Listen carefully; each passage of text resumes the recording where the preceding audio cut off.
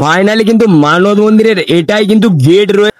Panskura high রোডের সাইডে কিন্তু এবছরের বালিডিংরিতে মানদ মন্দির হয়েছে। ফাইনালি পাঁশকুড়ার বালিডিংরিতে এই বছরের এইখানে থিম হয়ে গিয়েছে মানদ মন্দির। কিন্তু মানদ মন্দির এইখানে নিয়ে মানত করা হয়েছে, চলো আপনাদেরকে পুরোটাই দেখানোর চেষ্টা করছি। এবং মানদ মন্দিরের আগলিতে কিন্তু গণপতি বাপ্পা রয়েছে, আর এইটাই কিন্তু মানদ মন্দিরের থিম রয়েছে।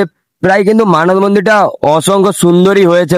এবং থিমের ভিতরেতেই পুরো দেখতে পাচ্ছেন, যেদিকেই তাকাবেন পুরো বাঁশ লোহা এসব ঘন্টি আরো অনেক কিছু বিভিন্ন জিনিস লাগানো রয়েছে। উপর দিকটাও দেখছেন তো কাপড়ের পরে লাইট লাগানো রয়েছে, অসাধারণ এইখানে কিন্তু থিম রয়েছে।